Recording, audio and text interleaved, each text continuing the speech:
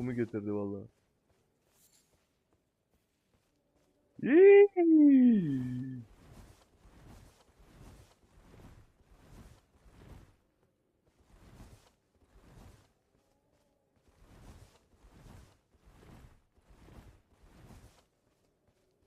İntihar komandosu gibi atlayacağım şimdi aşağı.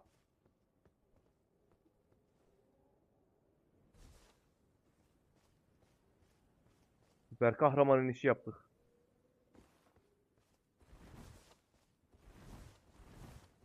Abi uyudum ama kimse bana at vermedi.